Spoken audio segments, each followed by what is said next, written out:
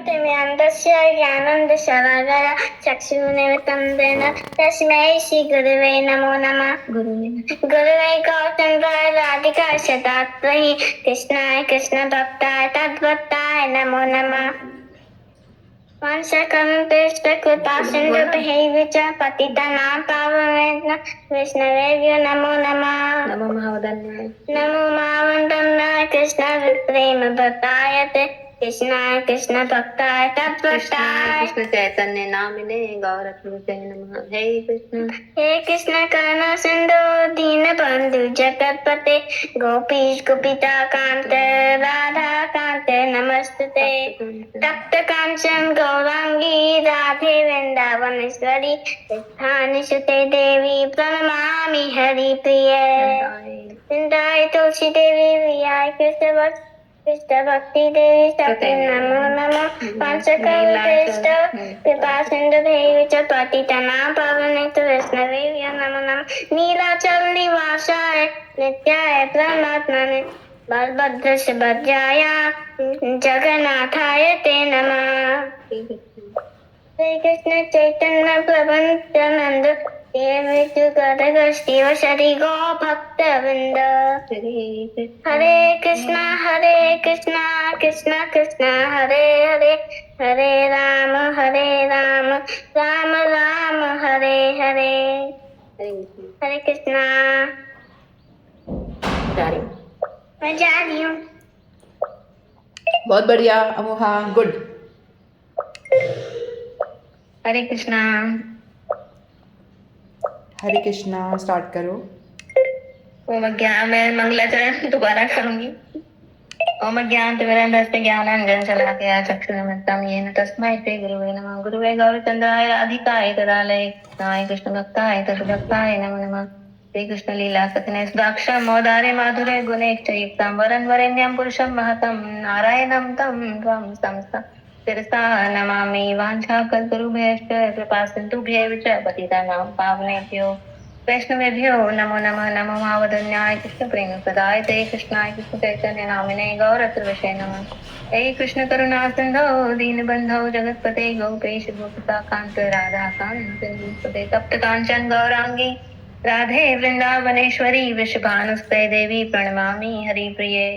वृंदाय तुलसीदेवी प्रियाय केशव लीलाचल निवासाय नित्याय परमात्मने बलभद्र सुभद्रायां जगन्नाथाय ते नमः। श्री कृष्ण चैतन्य प्रभु नित्यानंद श्री अद्वैत गदाधर श्रीवासादि गौर भक्तवृंद। हरे कृष्ण कृष्ण कृष्ण हरे हरे हरे राम राम राम हरे हरे। हरे कृष्ण कृष्ण कृष्ण हरे हरे हरे राम राम राम हरे हरे। हरे कृष्णा।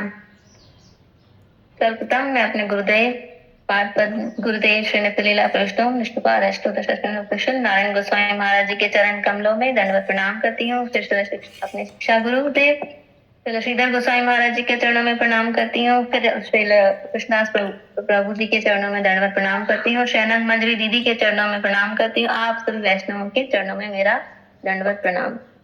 हम शिक्षाष्टकम और कोई त्रुटि हो जाए तो मैं पहले ही माफी मांग रही हूँ। और हम शिक्षाष्टकम ग्रंथ के 5th श्लोक पर हम पहुंच गए थे। पहला श्लोक था हमको जिसमें बताया था सर्वश्रेष्ठ साधन क्या है। सर्वश्रेष्ठ साधन क्या है जो कि नाम संकीर्तनम। दूसरा श्लोक था जिसमें हमने सीखा कि नाम साधन सुलभ क्यों है, क्योंकि हम कैसे भी किसी भी जो भी नाम हमें भगवान का प्रिय हो वो नाम हम भगवान का जप कर सकते हैं किसी भी अवस्था में। इर्रेस्पेक्टिव आप नहाए हैं नहीं नहाए हैं, क्या कर रहे हैं, काम कर रहे हैं, हर जगह भगवान का नाम लेने योग्य है क्योंकि वो पतित पावन है। तीसरा श्लोक हमने देखा था जो तृणारति सुनी चेन्द्रपाला जो श्लोक था, नाम साधन की पद्धति क्या है। पहला था कि सर्वश्रेष्ठ साधन कृष्ण संकीर्तनम ही सर्वश्रेष्ठ साधन है। नाम साधन सुलभ क्यों है, क्योंकि कहीं भी ले सकते हैं। थर्ड, नाम साधन पद्धति क्या है। एक सेकेंड।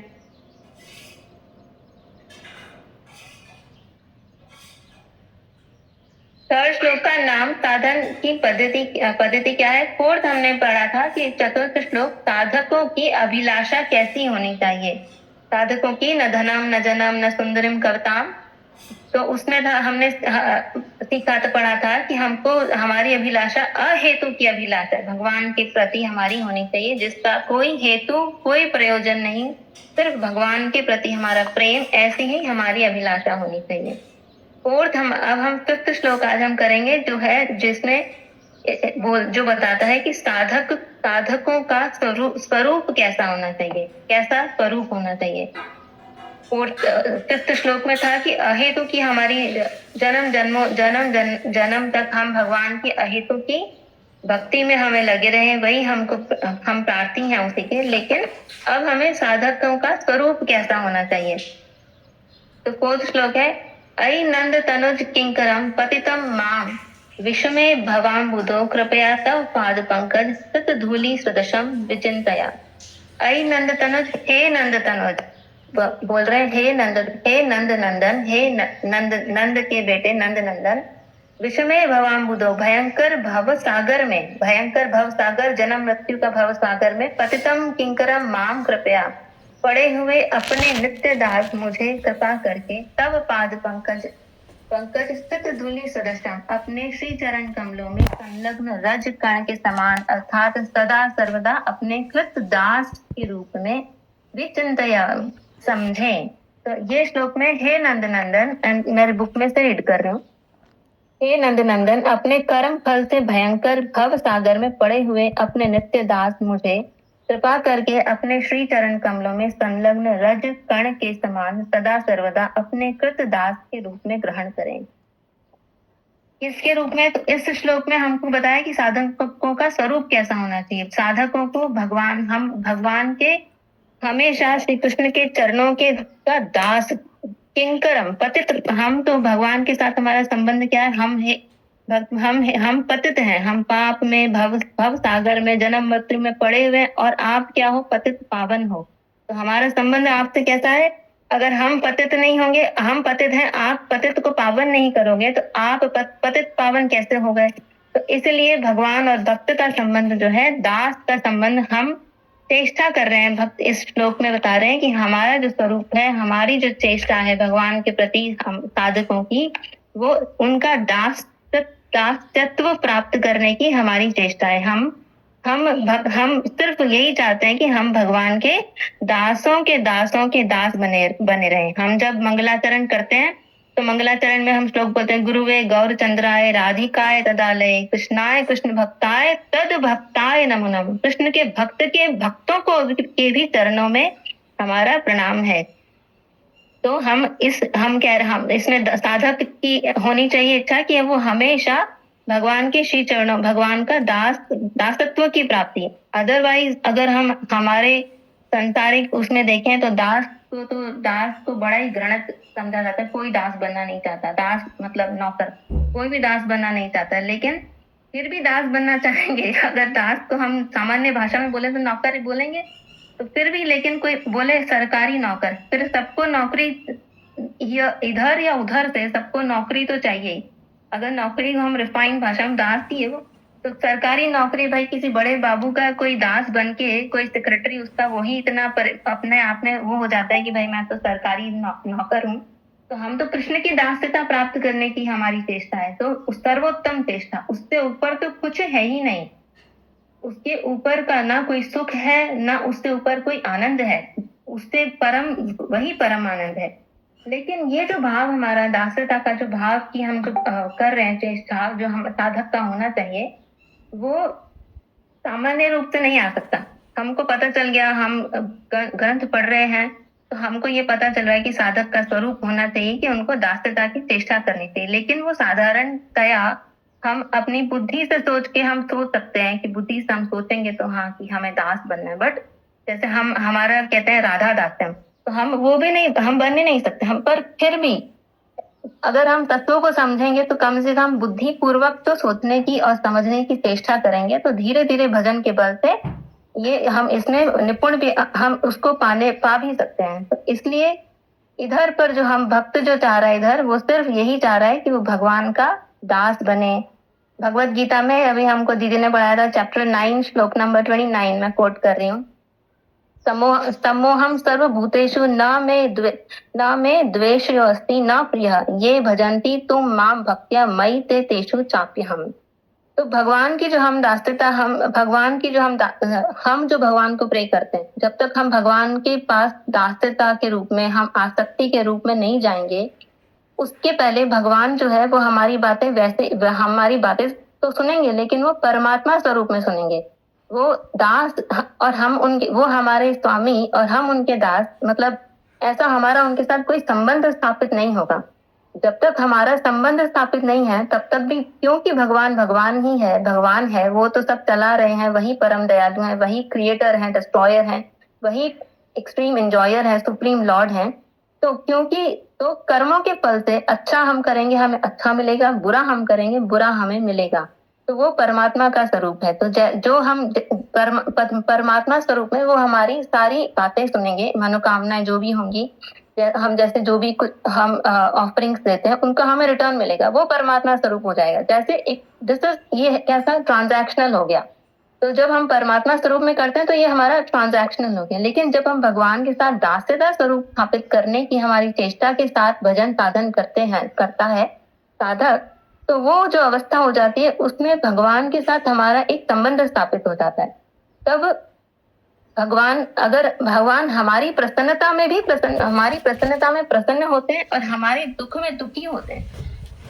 पर अगर वो परमात्मा स्वरूप में हमारा उनके साथ रिश्ता है कि ये भगवान परमात्मा स्वरूप में, तो हम अच्छा कर रहे हैं, भगवान अच्छा देंगे, बुरा करेंगे, भगवान के ऊपर कोई फर्क नहीं पड़ने वाला, क्योंकि असंख्य जीव भगवान ने बना रखे हैं। असंख्य जीवों को उनको देखना है कौन भक्ति में लगा है। इतनी सारी दुनिया में 50,000 इतनी कंट्री में इतने लोग, दुनिया में इंडिया में 100 बिलियन लोग, कितने कृष्ण भक्ति में लगे? कोई भी नहीं। Hardly there is 1% of I think India में भी जो कृष्ण भक्ति में लगे होंगे। तो बाकी रेस्ट जो भी भक्ति के स्वरूप को नहीं समझ रहे या भक्ति में नहीं लगे, उनके साथ भगवान ट्रांजैक्शनल ही हैं। जैसा कि इस भगवत गीता के 9.29 श्लोक में, इसका मैं हिंदी में पढ़ देती हूँ। मैं ना तो किसी से द्वेष करता हूँ, ना ही किसी के साथ पक्षपात करता हूँ। मैं सबों के लिए समभाव हूँ, किंतु जो भी भक्ति पूर्वक मेरी सेवा करता है वह मेरा मित्र है। जो भक्ति पूर्वक तो भगवान के साथ भक्ति का स्वरूप भगवान के साथ धीरे धीरे संबंध अभिदय और प्रयोजन, वह मेरा मित्र है, मुझ में स्थित रहता है और मैं भी उसका मित्र हूँ। तो यही भगवान के साथ इसने संबंध स्थापित कर लिया। जब संबंध भगवान से स्थापित हो गया तो भगवान परमात्मा रूप से आके, जैसे अर्जुन के साथ मित्र की तरह उनके साथ रथ हाँक रहे थे, उनकी विडंबनाओं को, उनके इमोशंस को हैंडल कर रहे थे। वो वहां पर भगवान को जरूरी नहीं था, वो तो भगवान है, लेकिन फिर भी उनके इमोशंस को हैंडल करके सारी भगवत गीता उनके माध्यम से हमारे लिए उन्होंने बोली। तो जब तक हम भगवान को दास्यता के रूप में हम उनका भाव नहीं लेंगे, दास्यता के रूप में साधन भजन नहीं करेगा, तब तक भगवान भी हमारे साथ परमात्मा के रूप में ही रहेंगे। लेकिन क्योंकि हम भक्ति के पथ पर चल रहे हैं, हमें भगवान के साथ कोई ना कोई संबंध स्थापित करना चाहिए। ऐसे ही नष्ट प्रायेषु भद्रेषु नित्यम भगवत सेव्या भगवत युक्तम श्लोके भक्तिर्भवति नैष्टिकी। नैष्टिकी मतलब होता है इररिवोकेबल, जो वापस से रिटर्न नहीं होती। तो इसमें कह रहे हैं, इसमें बताया गया श्लोक के अंदर कि जैसे भगवान की जो भक्ति करता है, या तो भगवत सेवा जो भागवत जन होते हैं, जो मतलब परम भक्त जो होते हैं, वो भी भागवत होते हैं, या फिर आप श्रीमद् भागवत महापुराण, इसको भी भागवत बोलते हैं। तो इनकी भगवत सेवा जो करते हैं, उनको उनके हृदय में बैठकर भगवान उनकी जो सारी दुविधाएं होती हैं उनको डिस्ट्रॉय करके उनको नेक्स्ट की इररिवोकेबल जो भक्ति होती है उसकी तरफ अग्रसर कर देते हैं भगवान।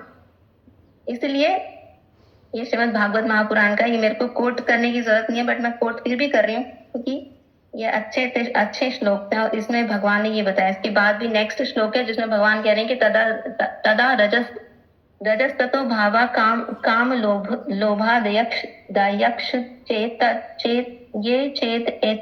एते ना विदतम तत्वे प्रसीदति। और उसके बाद में उसके रजस तमस जो भी गुण है उसको एकदम प्रसन्नता में, वो आनंद में रहने लगता है भक्त। तो इसलिए मतलब यही है कि भैया हमें भगवान के साथ दासता की हमें चेष्टा करनी चाहिए।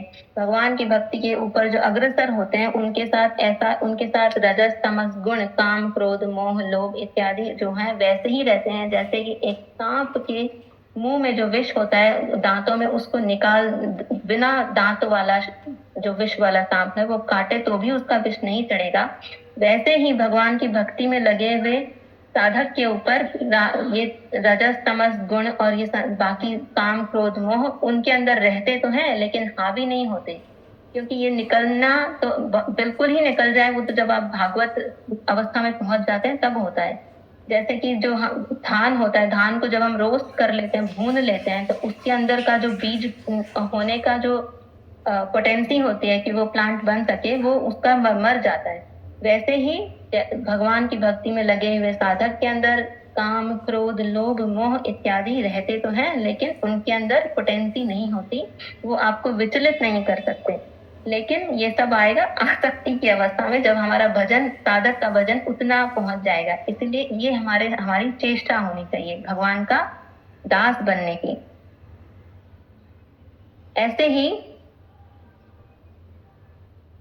ऐसे ही हमारी जो गोपियां भी हैं, गोपियां भी भगवान के दास बनने की चेष्टा, भगवान के दासत्व प्राप्त करने की गोपियों की भी चेष्टा है। श्री अद्वैताचार्य जो चैतन्य महाप्रभु हमारे जब चैतन्य महाप्रभु का आविर्भाव हुआ था उनकी भी दासत्व की ही चेष्टा है। सब लोग भगवान का दास बनने की ही चेष्टा, क्योंकि भगवान स्वयं कह रहे हैं कि मेरा जो दास है मैं उसका भी उस भगवान को कंट्रोल करने की किसने, भगवान जब चैतन्य महाप्रभु बन के क्यों आए, क्योंकि अद्वैताचार्य ने बुलाया। भगवान जब भी आए धरती पे वो भक्तों का कल्याण करने के लिए ही आए। बाकी जो उन्होंने कंस को मारा, जो राम ने रावण को मारा, ये सब उनके मेन रीजन नहीं है, ये उनका बाय प्रोडक्ट है, गौण रीजन है, मतलब other thing. But main reason जो है वो भक्तों की प्रसन्नता के लिए ही भगवान अपना आविर्भाव ग्रहण करते हैं। चैतन्य महाप्रभु जी भी अद्वैताचार्य के कारण ही उनका कलयुग में धरती पर आना हुआ था। अद्वैताचार्य जी ने चैतन्य महाप्रभु से बहुत बड़े थे, क्योंकि अद्वैताचार्य जी ने ही संकल्प लिया था कि उनको भगवान को धरती पे बुलाने के लिए। तो जब अद्वैताचार्य चैतन्य महाप्रभु लीला कर रहे थे तो अद्वैताचार्य जी को वो बड़ा रिस्पेक्ट देते थे, क्योंकि वो उनके गुरु के समान थे, तो वो उनको गुरु का रिस्पेक्ट देते थे। तो अद्वैताचार्य जी बड़े उससे उनका अंदर मन में लगता था, उनको पता था कि ये तो भगवान है लेकिन ये मेरे को ऐसा गुरु का रिस्पेक्ट देते हैं तो मुझे ये पसंद नहीं है। तो जो हम मतलब उनको मन में लगता था, बट क्योंकि भगवान लीलाबद्ध थे और वो उनकी लीला में सहायक थे तो उन्होंने कुछ बोला नहीं। लेकिन एक बार अद्वैताचार्य जी जो शांतिपुर में जाके मायावाद का ग्रंथ पढ़ने लग गए, तो अद्वैताचार्य जी जब मायावाद का ग्रंथ पढ़ने लग गए तो चैतन्य महाप्रभु को बड़ा गुस्सा आया, क्योंकि हम लोग जो हैं, जो चैतन्य महाप्रभु जी आए थे वो सिर्फ उनका मेन ऑब्जेक्टिव प्रेम दान करना ही था। प्रेम, हमारा धर्म, हिंदू धर्म इज ऑल अबाउट प्रेम।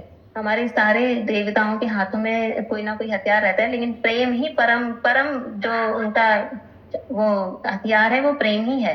इसीलिए जब जगाई मधाई को भी मारने के लिए चक्र आने ही वाला था तो भी उनको नित्यानंद प्रभु ने रोक लिया था कि आप प्रेम, आपका प्रयोजन, आप प्रेम दान करने आए हो, तो इस अवतार में आप कोई भी अस्त्र शस्त्र धारण नहीं करोगे। तो जब अद्वैताचार्य जी शांतिपुर जाके मायावाद ग्रंथ का पठन पढ़ने लग गए तो उनको पता था कि मैं ये करूंगा तो चैतन्य महाप्रभु को बड़ा गुस्सा आएगा, तो चैतन्य महाप्रभु फिर आएंगे। तो जब वो पढ़ने लगे तो चैतन्य महाप्रभु आए और उनको बड़ा उनके ऊपर गुस्सा आया, उन्होंने उनको खूब डांटा और उनको ऐसे गिरा के उनके ऊपर अपना एक पैर धर दिया।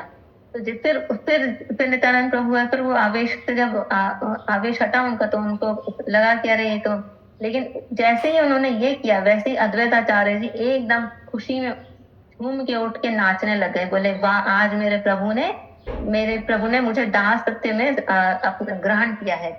तो दास की बड़ी महिमा है। हमको साधक को हमेशा यही चेष्टा करनी चाहिए कि वो भगवान का दास बने। जब जैसे हमने गोपी गीत में हमने श्लोक आया था, ब्रज जनातिहन वीर योषिता जनस्मय ध्वंसना सुनता भज सके भवात किंकरी स्मनो जल रुहाननम चारु दर्शया। किंकरी, तुम अपना किंकरी समझो मुझको। तो गोपियां भी कृष्ण की दासत्यता की प्रार्थना करती हैं। ऐसे ही श्रीमती राधा रानी भी कृष्ण के दासत्व की ही प्रार्थना करते हैं। गोपी गीत में सबसे पहले राधा रानी क्या प्रार्थना करते हैं? हे नाथ रमण प्रेष्ठे क्वासी क्वासी महाभुज दास्यास्ते कृपणाया में सखे दर्शय सनिधि मां।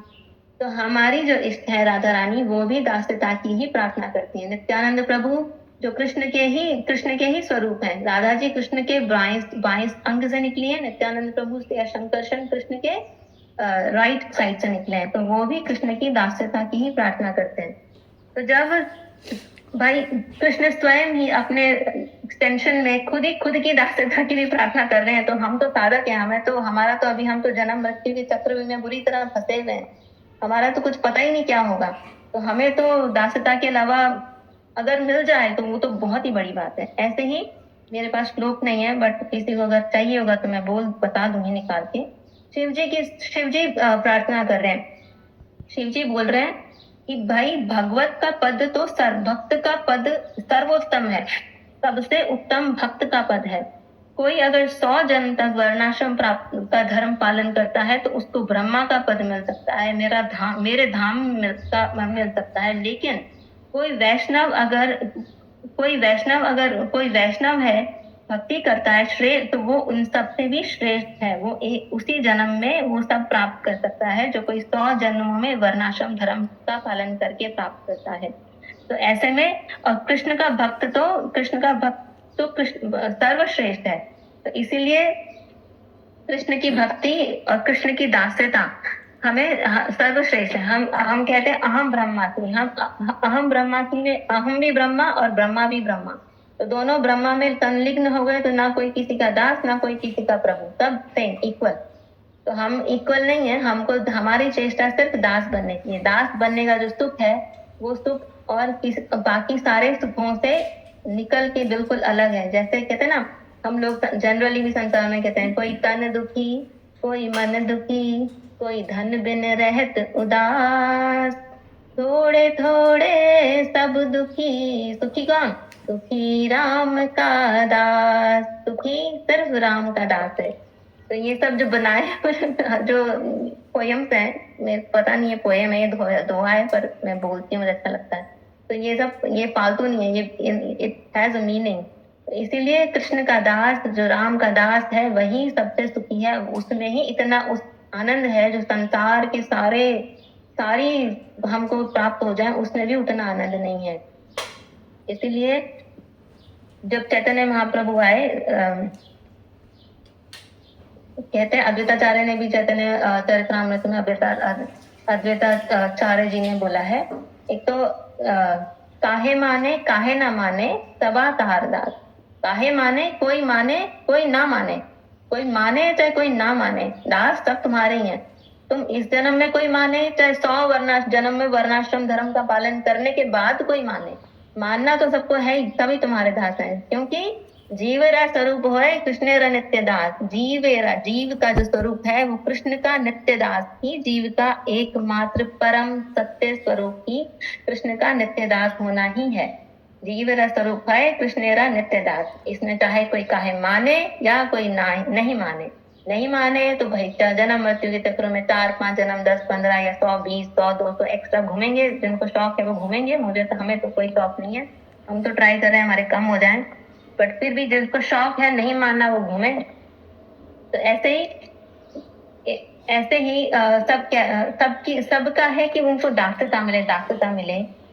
और भगवान ने उद्धव जी को भी यही बोला है। उद्धव जी को कहते हैं, उद्धव कृष्ण के परम नृत्य थे। उद्धव को कह रहे हैं, उद्धव तुम मुझे इतने प्रिय हो जितना मुझे लक्ष्मी जी नहीं है, संकर्षण नहीं है और कोई भी नहीं, उतने ही तुम मुझे प्रिय हो। और उद्धव को गोपियों का बखान भी कृष्ण कर रहे हैं कि उद्धव ये गोपियां मेरे लिए सब कुछ हैं, ये गोपियां मेरे लिए मेरी दासी हैं, मेरी सखी हैं, मेरा सब कुछ है। और ये गोपियां मेरे लिए गुरु तुल्य भी हैं।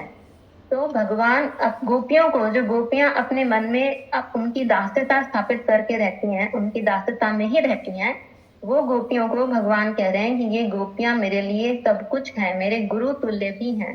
तो भाई जब दास बन के ये इतना सब मिल सकता है, तो फिर कोई भगवान बनने या ब्रह्म बनने की चेष्टा करे तो वो तो भाई बहुत ही समझदार होगा। उतने समझदार साधक को बनने की जरूरत नहीं है, क्योंकि उतना हमको दास्यता चाहिए, हमको 100-200 जन्म नहीं जीना। तो ऐसे ही कृष्ण जो है जब हमारे चैतन्य महाप्रभु स्वयं कृष्ण जब राधा की निष्ठा, राधा का प्रेम अपने प्रति देखते हैं, तो चैतन्य महाप्रभु भी कहते हैं, ना हम विप्रो न च नरपतिर, ना वैश्यो न शूद्रो। ना मैं विप्र हूँ, ना मैं राजा हूँ, ना वैश्यो न शूद्रो, ना हम वर्णी न च गृहपत्र, न वनस्थो यतिर्वा। किंतु प्रद्य, ये श्लोक बहुत ही अच्छा है। किंतु प्रोद्यन निखिला परमानंदम पुनर्तभिर गोपी भतुर पद कमलया दास्य दासानुदास। गोपी के चरणों के दासों का दास ही हूँ मैं, ये मेरी चेष्टा है। चैतन्य महाप्रभु अपना स्टेटस बता रहे हैं कि मैं कुछ भी नहीं है ना, तुम मैं कौन हूँ, मैं ना हम विप्रो, ना ये ना वो, मैं गोपियों के चरण कमलों के दासानुदासों का दास हूँ। तो हमारी चेष्टा भगवान के प्रति, हमारी चेष्टा श्री भगवान के प्रति, हमको नहीं चाहिए कि भगवान हमारे परमात्मा हो, हमको नहीं चाहिए कि भगवान हो। अरे भाई, हमको तो नहीं चाहिए कि भगवान कृष्ण भी हो। अब इतना हमने सुन लिया कि दास जो है, हमने 5 प्रकार के रस की हम करते हैं। दास्य, साक्ष्य, शांत रस, दास्य रस, साक्ष्य रस और वात्सल्य रस और माधुर्य रस। गोपियां माधुर्य रस में स्थापित हैं। तो जो माधुर्य रस श्रेष्ठ रस होता है भगवान के भजने के लिए। हम थोड़ा सा कॉन्टेक्ट, जब हम भक्ति पथ पे बढ़ते हैं साधक जब तक भजन भाव, जब तक हम नॉर्मल वर्णाश्रम धर्म पालन करते हैं, सुबह संध्या, शाम को संध्या आरती, इतना भी नहीं करते आजकल, इतना भी अगर करते हैं, साथ में कुछ व्रतों का पालन कर लेते हैं, कुछ हम अपने नॉर्मल चीजों का पालन कर लेते हैं कि इस दिन गाय को रोटी दे देनी है, किसी को दान दे देना है, ये करना है, वो करना है, तो ये हमारा परमात्मा के साथ एटलीस्ट हम भगवान को परमात्मा को समझ रहे हैं इसमें। नहीं तो इतना भी बड़ा मुश्किल है। आज के टाइम में आपको इतने भी नहीं मिलते हैं, मैं तो देखती हूँ नहीं मिलते। तो इतना भी अगर कोई परमात्मा समझ रहा है तो वो भी बड़ी अच्छी बात है।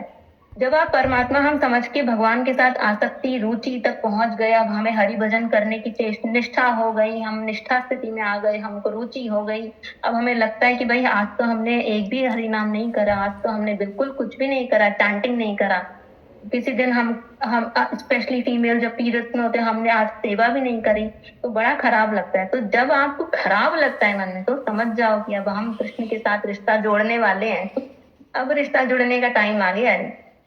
तो जब तक आपको खराब नहीं लगता, जब आप सोचो अरे कल छुट्टी हो गई, अब तो छुट्टी है, 2 दिन रिलैक्स, तो फिर अभी तक भी आप कृष्ण को परमात्मा ही समझ रहे हैं, क्योंकि हमारी सेवा की निष्ठा उनके प्रति जागी ही नहीं है। जब हमारी निष्ठा ने सेवा की, हमारे मन में भाव, कामना, निष्ठा, रुचि नहीं आई, तो हम आसक्ति कहाँ से आएंगे?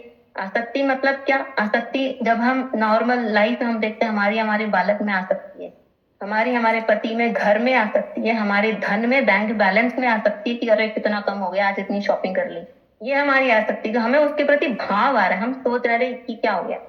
ऐसी ही आसक्ति जब हम भगवान के प्रति हमारी लगेगी, तो ये नीचे की जो आसक्ति है वो अपने आप कटती जाएगी और वहां पर आसक्ति जुड़ती जाएगी। और जब वो आसक्ति जुड़ेगी तो नीचे की जो आसक्ति जहां से कट रही है और जो हमें डर लग रहा है कि ये खत्म हो रहा है, वो अपने आप बढ़ेगा। पर भक्ति की कामना से बढ़े, आपका सांसारिक बैलेंस चाहे ना बढ़े, लेकिन कृष्ण से हमारी आसक्ति जहाँ विधि रखे वैसे ही बढ़ जाए, वैसे ही रह जाए। जैसे कि जैसे विभीषण जी थे, विभीषण ने कृष्ण रावण को डिस करके, रावण को बोल के कि वो हमेशा भक्त, वो एकमात्र, कहते हैं, मैंने संतों के मुंह से भी सुना है कि जहां पर भी धरती में, किसी भी देश में, कहीं पर भी, वहां वो देश स्थापित है, स्थित है, ग्रो कर रहा है और ठीक चल रहा है, तो ये समझो कि उस देश में कोई ना कोई भक्त है, कहीं ना कहीं छुपा हुआ। वहां पर किसी को पता है या नहीं पता है, लेकिन उस देश में वहां पर कोई ना कोई भक्ति कर रहा है। एक सेकंड, छोटी, दोबारा बोलना, ये क्या बोला, एक बार फिर से बोलना ये चीज प्लीज। कौन सी वाली? विभीषण? हाँ, उस देश में भक्ति कर रहा है, किस देश में? हाँ, उस देश में कोई ना कोई भक्ति, ऐसा मैंने सुना है। सही, राम नहीं, पर कब समझ लो?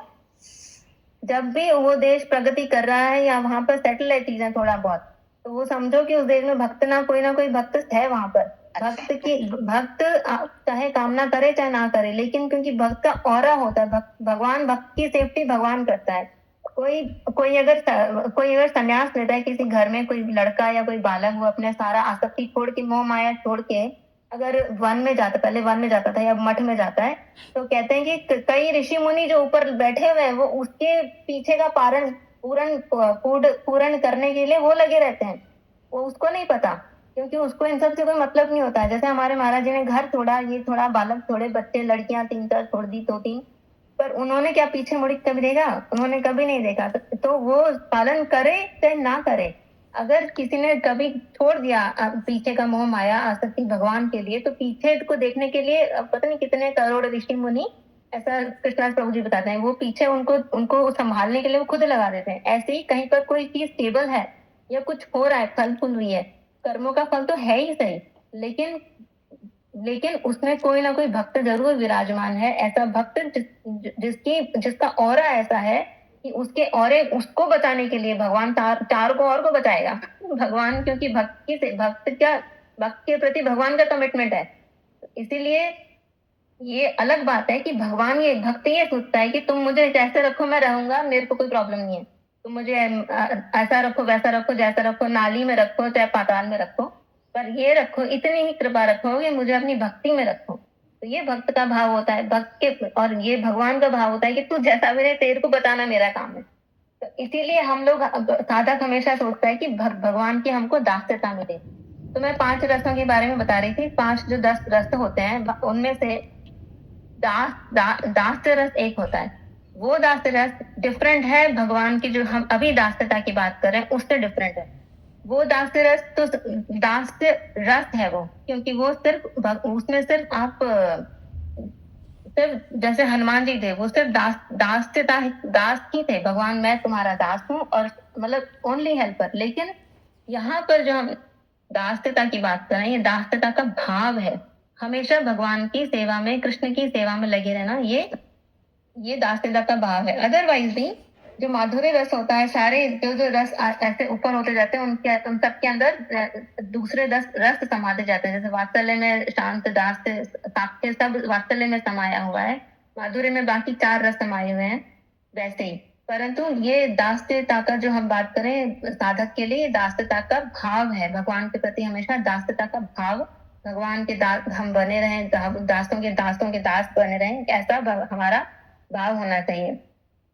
तो लेकिन ये तो हमको पता चल गया कि भगवान जो है दासों के बड़े कृपालु हैं, हमको दास्यता की हमें भाव होना चाहिए। लेकिन हम गौड़ीय संप्रदाय से आते हैं, गौड़ीय मतलब राधा जी के संप्रदाय से। तो हमारा भाव क्या है? हमको अगर कोई बोले तो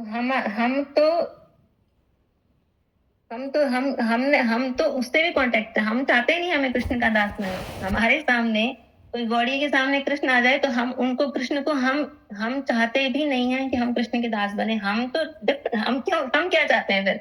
हम चाहते हैं कि हम श्री राधा रानी के दास बने। क्यों बने? क्योंकि जब कृष्ण के दासों में या सेवक में या माधुर्य रस में या प्रिय में बात होती है, तो सबसे पहले नाम श्रीमती राधा रानी का ही आता है।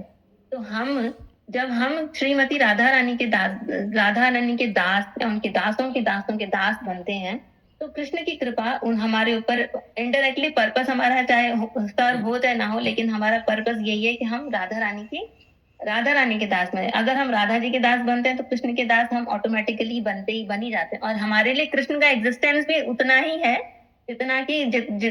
जितना राधा रानी के लिए उनका है। अगर राधा रानी क्योंकि कृष्ण से प्रेम करती हैं, इसीलिए हम भी कृष्ण से प्रेम करते हैं, क्योंकि हमारी चेष्टा है, गौड़ीय संप्रदाय में हमारी चेष्टा है कि हम राधा रानी के नित्य दास के रूप में हम स्थापित हों, क्योंकि कृष्ण की भी सर्वोत्तम प्रीति श्रीमती राधा रानी से ही है। ऐसे ही श्री रघुनाथ दास गोस्वामी ने कुछ कविताएं लिखी, तो मैं हिंदी में ही बोल देती हूँ। वो राधा रानी से प्रार्थना करें, हे देवी, मैंने अपने प्राणों को धारण भी इसीलिए किया हुआ है कि मुझे आपकी दास्यता प्राप्त हो। केवल इसीलिए मैंने अपने प्राणों को धारण किया हुआ है। आपकी दास्यता के बिना, रघुनाथ दास गोस्वामी जी की उन्होंने पोएट्री लिखी है, उसका मैं ऐसे बता रही हूँ कि आपकी दास्यता के बिना मैं, मेरे ना राधा कुंड हम ब्रजमंडल में कहते हैं सबसे सबसे अच्छा स्थान ब्रजमंडल, ब्रजमंडल में अच्छा स्थान गोवर्धन, गोवर्धन में सबसे अच्छा महात्म में राधा कुंड। तो हमारे लिए राधा, रघुनाथ दास गोस्वामी कह रहे हैं राधा कुंड में रहने का भी कोई महात्म्य नहीं है अगर आपकी दास्यता मुझे नहीं प्राप्त हो रही वहां रहने के बाद भी। तो राधा जी की दास्यता अगर मुझे प्राप्त हो रही है तभी कहीं पर भी रहो, लेकिन दास्यता राधा जी की ही, राधा जी की प्राप्ति तभी उसका औचित्य है। ऐसे ही कहते हैं अच्छा, तो राधा जी कहते हैं कि अच्छा ठीक है, मैं तुमको अपना सखी पद दे रही हूँ। तो वो कहते हैं, तो रघुनाथ दास गोस्वामी कहते हैं कि मैं बारंबार प्रणाम करता हूँ आपके, मैं बारंबार आपको प्रणाम करता हूँ और बारंबार सखी पद को प्राप्त करता प्रणाम करता हूँ, क्योंकि बड़ा उच्च पद है। राधा जी अपनी सखी का पद दे रही है, पर हमें नहीं चाहिए। वो कह रहे हैं हमें नहीं चाहिए, हमें चाहिए आपके, हमें सिर्फ आपका दास बनने की ही हमारी कामना है। हमें आपका सखी बनने, सखी भी नहीं बनना, हमें सखी बन के क्या करना है, हमें तो बस दास ही बनना है। जो महिमा दास की है उतना सखी की भी होगी, बट हमको नहीं बनना। ये ऐसा रघुनाथ दास गोस्वामी जी के, रघुनाथ दास गोस्वामी जी के मन के भाव है। इसलिए हम श्री राधा रानी जी की ही सेवा करते हैं। एक और बात